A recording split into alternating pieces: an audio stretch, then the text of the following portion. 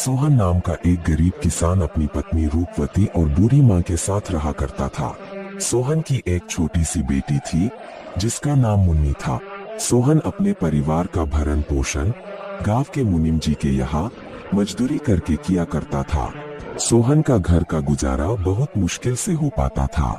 सोहन के पास थोड़ी सी जमीन थी जिस पर रूपवती दिन भर मेहनत करके तरह तरह के फसल उगाती और गांव के बाजार के दिन सब्जियां और फल बेचा करती थी। सारे बलरामपुर वासियों रूपवती से ही सब्जियां और फल खरीदते। सब्जी ले लो, फल और सब्जी ले लो, ताजा ताजा सब्जी ले लो, फल और सब्जी ले लो, हरी भरी फल और सब्जियां ले लो, हरी भरी सब्जियां 20 रुपए किलो, सिर्फ 20 रुपए किलो, फल और सब्जियां ले लो। अरे रूपवती कैसी हो? घर में सब ठीक तो है ना? और मुन्नी कैसी है? मदन काका, मैं ठीक हूँ और घर में भी सब ठीक ही है और मुन्नी भी बिल्कुल ठीक है। काका और बताओ आज बाजार कैसे आना हुआ और काकी कहाँ है? क्या बताऊं रूपवती, तुम्हारी काकी किसी काम से दूसरे गांव गई है। इस कारण रसोई का सारा काम मुझे ही करना पड़ रहा है। तो सोचा क्यों ना आज बाजार से सारा सामान लेते चलूं। अच्छा, तो ये बात है मदन काका। अच्छा रूपवती, तुम ये बताओ टमाटर कैसे किलो बेच रही हो? रोज की तरह 20 रुपए किलो ही बेच रही हूँ काका। अच्छा ऐसा करो रूपवती, मुझे 1 किलो टमाटर दे दो। क्यों नहीं काका, देती हूँ। इतना कहकर रूपवती मदन काका को 1 किलो टमाटर दे देती है और बदले में मदन काका से पैसे ले लेती है। रूपवती के खेत में एक पुराना कुआं भी था जो सालों भर सूखा ही रहता। उस कुएं में एक बूंद पानी भी नहीं था।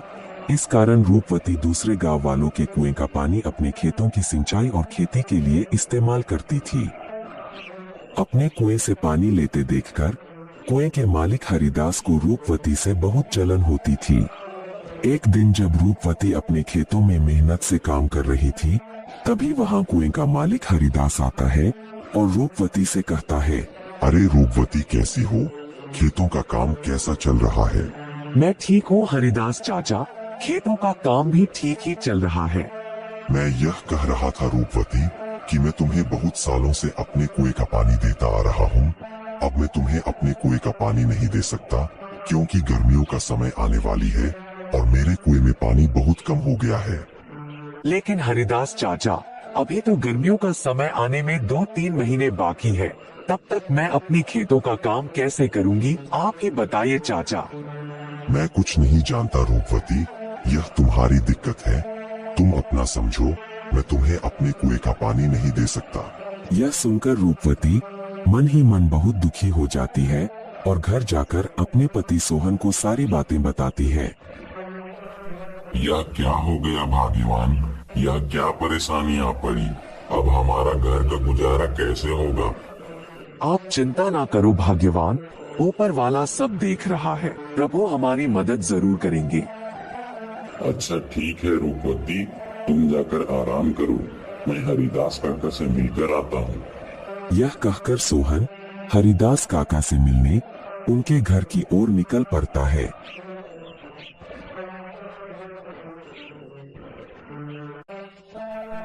हरिदास काका, अरे ओ हरिदास काका, घर में हो कि नहीं? अरे कौन है भाई? रुको आता हूँ। अरे सोहन तुम हो? मेरे घर कैसे आना हुआ? हरिदास काका, मुझे रूपवती ने बताया कि आपने हमें कुएं का पानी देने से मना कर दिया। हाँ सोहन, यह बात सच है कि मैंने रूपवती को अपने कुएं का पानी लेने के लिए मना कर दिया। ऐसा क्या हो गया हरिदास काका? देखो सोहन, मैं तुम्हें कई सालों से अपने कुएं का पानी देता आ रहा हूँ और इस बार गर्मियों का समय आने वाली है। इस कारण मेरे कुएं का पानी बिल्कुल सूख कर कम हो गया है। अगर मैं तुम्हें अपने कुएं का पानी देता हूँ तो मुझे गर्मियों में बहुत परेशानी होगी। लेकिन हरिदास काका, अभी तो गर्मियाँ आने में 2-3 महीने का समय है, तब तक मेरे खेतों का क्या होगा? मैं कुछ नहीं जानता सोहन, मैंने रूपवती को भी कहा था कि यह तुम्हारी समस्या है। मैं तुम लोगों को अपने कुएं का पानी नहीं दे सकता। सोहन हरिदास काका को कुएं का पानी देने के लिए मनाने का बहुत कोशिश करता है, लेकिन हरिदास नहीं मानता है। फिर सोहन दुखी होकर थक हार के अपने घर की ओर निकल पड़ता है।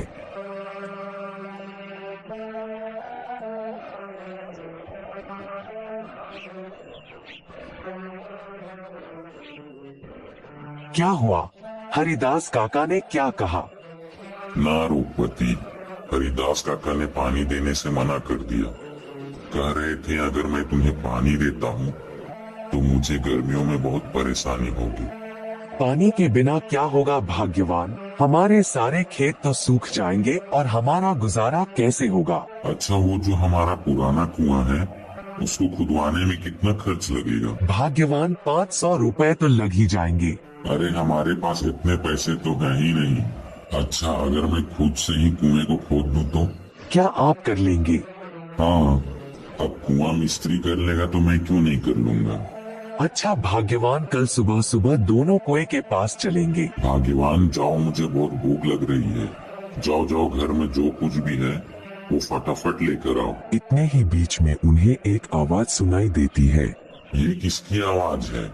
वह दोनों बाहर निकल कर देखते हैं तो एक साधु महाराज उनके घर के बाहर भिक्षा मांगने के लिए खड़े होते हैं। जो कुछ भी घर में हो, चावल, गेहूं, बाजरा, दाल, वो मुझे दे दो बेटा। अरे साधु महाराज, हम सब पहले से ही इतने गरीब हैं। हम जैसे तैसे करके अपना जीवन गुजार रहे हैं। ऐसे में हम तुम्हें कहां से दान दें? सोहन की स्थिति देखकर बाबा जी समझ चुके थे और बोले, कोई बात नहीं बेटा, कोई बात नहीं, ठीक है बेटा, अब मैं चलता हूँ। मैं किसी और के घर में भिक्षा मांग कर खा लूंगा। अरे रूपवती, हमारे घर में बाबा को देने लायक कोई भोजन है क्या? भाग्यवान, हमारे घर में बाबा को देने लायक कुछ भी नहीं है। केवल थोड़े से चावल थे जो तुम्हारे लिए बचा कर रख दिए थे। अगर वह बाबा को दे देंगे तो तुम्हें भूखा रहना पड़ेगा। रुकिए बाबा, भाग्यवान जाओ और मेरे हिस्से का भोजन है वो जाकर बाबा को दे दो। लेकिन भाग्यवान, अगर मैंने आपके हिस्से का चावल बाबा को दे दिया तो तुम्हें भूखा रहना पड़ेगा। तुम उसकी चिंता मत करो भाग्यवान। अगर वैसे भी अगर मैं बाबा को भूखा जाने दूंगा तो मेरे गले से भोजन नहीं उतरेगा। जाओ वो भोजन लेकर आओ।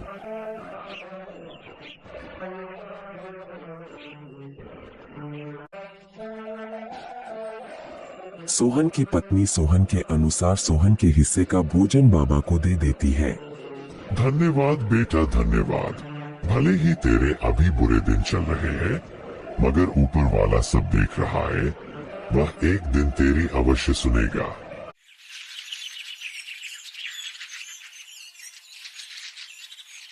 फिर अगले दिन सुबह सुबह दोनों सोहन और उसकी पत्नी रूपवती अपने कुएं की खुदाई करने अपने खेत की ओर चल देते हैं।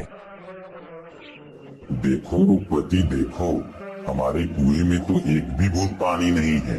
हाँ भाग्यवान, प्रभु हमारी कौन सी परीक्षा ले रहे हैं? फिर सोहन कुएं में नीचे उतरकर कुएं की खुदाई शुरू कर देता है।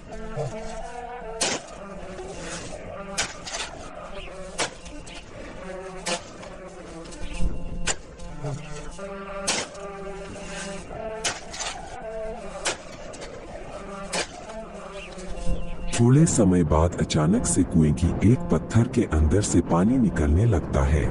अरे यह पानी कहाँ से आ रहा है? मुझे तो अपनी आंखों पर विश्वास ही नहीं होता।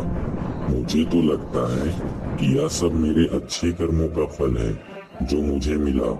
भाग्यवान सही कह रही थी और बाबा जी भी सही कह रहे थे कि तुम्हारे कर्मों का फल तुम्हें अवश्य मिलेगा। ऊपर वाले ने मेरी सुन ली। अब मैं इस पानी से मैं अपने खेत की सिंचाई अच्छी तरह से कर सकूंगा। सोहन बहुत खुश हो जाता है और ऊपर जाकर रूपवती से कहता है, भाग्यवान, प्रभु ने हमारी सुन ली। नीचे पत्थर से पानी निकल रहा है। क्या आप सच कह रहे हो भाग्यवान? प्रभु ने हमारी सुन ली। अब हमें खेती करने में कोई परेशानी नहीं होगी। तो दोस्तों, आपने देखा जो अच्छा कर्म करता है उसके साथ हमेशा अच्छा ही होता है।